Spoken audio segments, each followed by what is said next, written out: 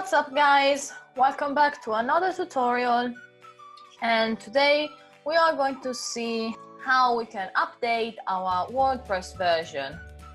For example, a couple of days ago there has been a major release of the platform, so we need to update it. But also in between the major one, there are smaller updates that it's always useful to do to keep your website safe. So let's see how we can update our WordPress version.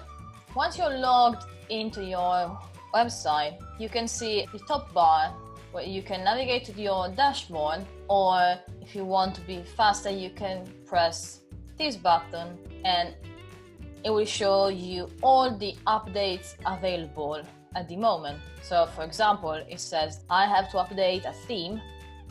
If I had some plugins to be updated, they would be shown here, and we can see that there's a message, an update version of WordPress is available. So you can go through here, or you can, once you are in your website, again, you can click on the dashboard and it will show you on the message first, WordPress 5.0 or whatever is available, please update now.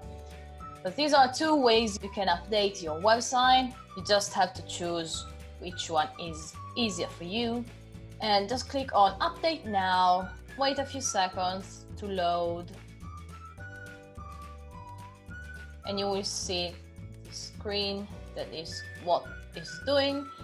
And because this is a major release, it shows you a bit of what's going on in the new version.